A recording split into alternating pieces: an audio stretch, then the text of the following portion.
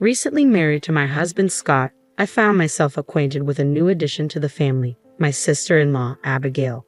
Yet, amidst the honeymoon glow, a strange call from her interrupted the tranquility. "Len, are you there?" she asked. Though I was listening, her words seemed to dance away from comprehension. "Okay, one more time," I requested. "Your cruiser crashed into an iceberg." "Yep, that's the gist," Abigail confirmed, her tone teasingly light. Perplexed, I attempted to untangle this bizarre tale. Firstly, I didn't own a cruiser. Secondly, what iceberg? We resided in Los Angeles, a far cry from Arctic or Antarctic waters. Abigail, bless her unconventional soul, often found herself in peculiar situations. Was she confused or merely pulling my leg? I'm still not following. Care to elaborate? I inquired, a hint of exasperation seeping into my voice. "Len, you're such a riot," she chuckled before launching into her explanation. Apparently, the story began during a visit to Scott's family home, where a family meeting awaited.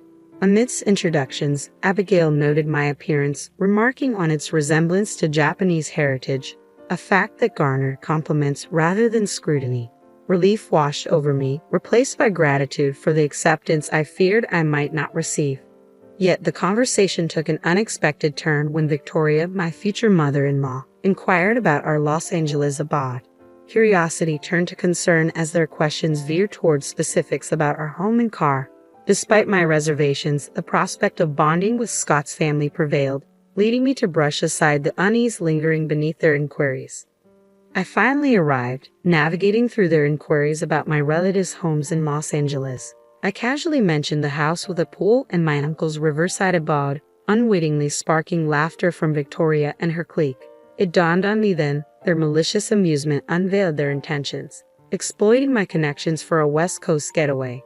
The realization struck hard they were poised to take full advantage of my familial ties. Yet voicing my concerns felt precarious. Complaining might risk their acceptance of our newly minted marriage, so I opted to endure, rationalizing that the trip wasn't imminent. By the time it materialized, I reasoned we'd be in a better position for a candid conversation. So, for the time being, I avoided broaching the subject. Despite my efforts to keep distance, Abigail persisted, escalating her contact frequency. Initially, it was manageable, a weekly check-in or a casual decline, but soon, it morphed into a relentless barrage. Excuses became my refuge, work commitments, driving, anything to deter the incessant reach-outs. With our marriage paperwork filed, Abigail's persistence reached new heights.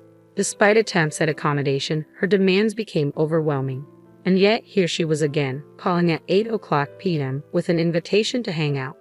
"I have work tomorrow, sorry, I can't make it," I explained to Abigail, whose free time seemed boundless compared to my own. With a high school diploma and a part-time job, she likely had more flexibility, but as a full-time employee with weekday commitments, my schedule didn't afford such luxuries.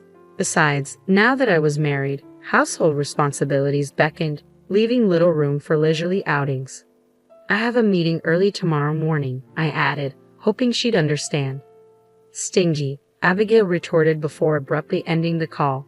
Her accusation perplexed me. True, I worked full-time, but my salary hardly qualified as lavish. Her comment lingered in my mind long after the call concluded, leaving me puzzled. The next day brought another unexpected call, this time from Victoria, Scott's mother. "Len, want to go shopping together?" she asked cheerfully. "I'm pretty busy with work," I replied casually, expecting the conversation to end there. But then Victoria uttered something peculiar. "You're rich, right, Len? I wanted to consult you about some brands I'm interested in." Her assumption caught me off guard. "I'm not rich," I replied, my confusion mounting. Victoria's reasoning was equally baffling. Did living in Los Angeles automatically equate to wealth? If so, did that mean all Los Angeles residents were affluent? Such thoughts swirled in my mind as I struggled to comprehend. "Sorry, did you just say something about being rich?" I questioned, seeking clarification. Victoria seemed unfazed by my query. "Aha, yes I did. What about it?" she replied casually, as if it were the most natural thing in the world. "I'm not rich," I reiterated, feeling the need to clarify, but Victoria's response only deepened my bewilderment. "But you lived in a house with a pool," she pointed out, as though it were an indicator of vast wealth. Her words left me speechless. As I sighed in exasperation, Victoria seemed to realize her mistake. "Sorry, it was just a misunderstanding," she apologized, though her assumption still hung heavily in the air. With those words, Victoria abruptly ended the call, leaving me utterly puzzled. What was that all about? No matter how much I mulled it over, the answer remained elusive. Seeking clarity, I confided in Scott, who took it upon himself to confront Victoria and Abigail on my behalf. According to Scott, here's what had transpired. Upon learning that I resided in Los Angeles, particularly in a house with a pool, Victoria and Abigail jumped to a conclusion: Beverly Hills. In their minds, Beverly Hills equated to wealth, and by extension, so did I.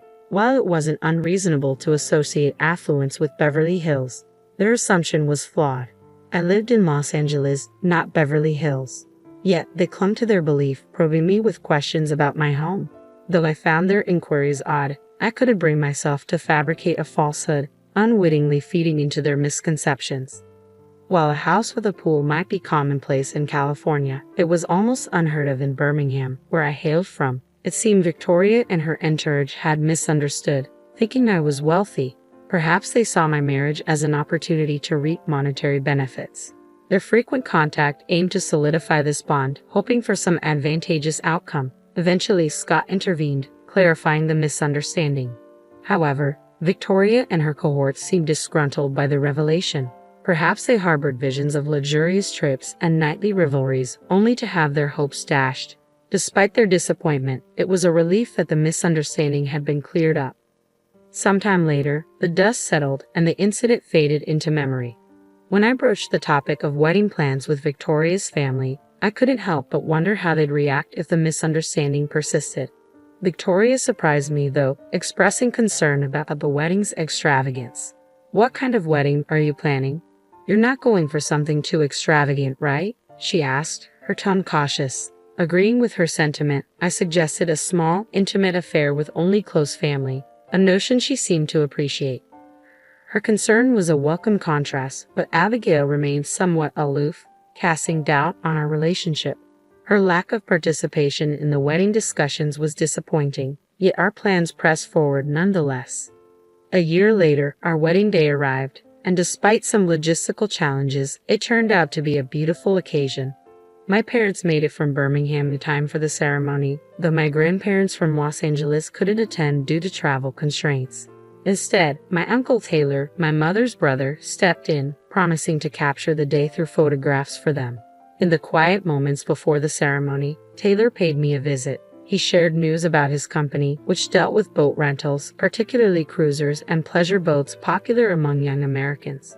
Proudly displaying a photo of a luxurious cruiser, Taylor revealed its staggering price tag, $3 million, his hearing impairment causing him to misinterpret my awe. As I marveled at the generosity, he unveiled another surprise, a picture of a pleasure boat, a wedding present for me. According to Taylor, his company had set it aside for my use whenever I visited his riverside home. Grateful, I thanked him sincerely. However, our private moment was interrupted by Abigail's sudden entrance. Her sly smile hinted at her eavesdropping outside the dressing room. Realizing she had overheard, I hesitated, knowing she'd likely insist on joining any boat excursions. Reluctantly, I acknowledged her presence, bracing myself for her inevitable inquiries about the newfound gift. "Taylor gave me a boat," I remarked, astonished by his generosity. Abigail's lack of enthusiasm was almost a relief. Taylor explained it was a second-hand boat from his company, a thoughtful gesture rather than disposing of it. Once Taylor left, I moved to the mirror to touch up my makeup. Catching Abigail studying the photo Taylor brought, I couldn't help but wonder if her disinterest was genuine. However, she vanished soon after, leaving me to ponder her motives. During our journey home, Victoria broached the topic of informing my grandparents about the marriage. Assuring her I had already done so, she suggested a visit, hinting at a family trip to the West Coast. Despite my reservations, Victoria persisted, revealing that Taylor had expressed his desire for us to visit. Although I doubted Taylor had heard Victoria's suggestion, I declined, not wanting to impose on him.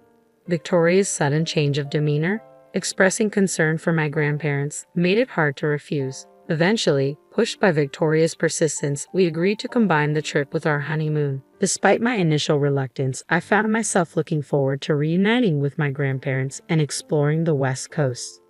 With a positive mindset, I embraced the upcoming adventure, determined to make the most of it. Several months after the wedding, we embarked on our journey to the West Coast, utilizing our summer vacation for the trip. When I explained the situation to Taylor, he readily agreed to host us. So, with Scott, Victoria, Abigail, and myself, we headed to Taylor's house in Los Angeles. Unfortunately, my father-in-law couldn't join us due to work commitments. Nevertheless, it marked our first family trip since tying the knot, and I was eager to use this opportunity to strengthen our bonds. Upon arrival, we spent the day joyfully reuniting with my grandparents and introducing Scott to them. I also introduced Victoria and Abigail, and we all enjoyed a family gathering.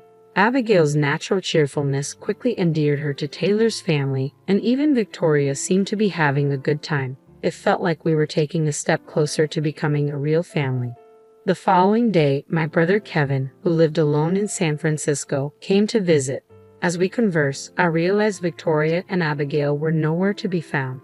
Scott, who was helping my aunt, hadn't seen them either. Just as I began to worry, I received a call from Abigail. "Hey, Len," she exclaimed, bursting into laughter. "Where are you?"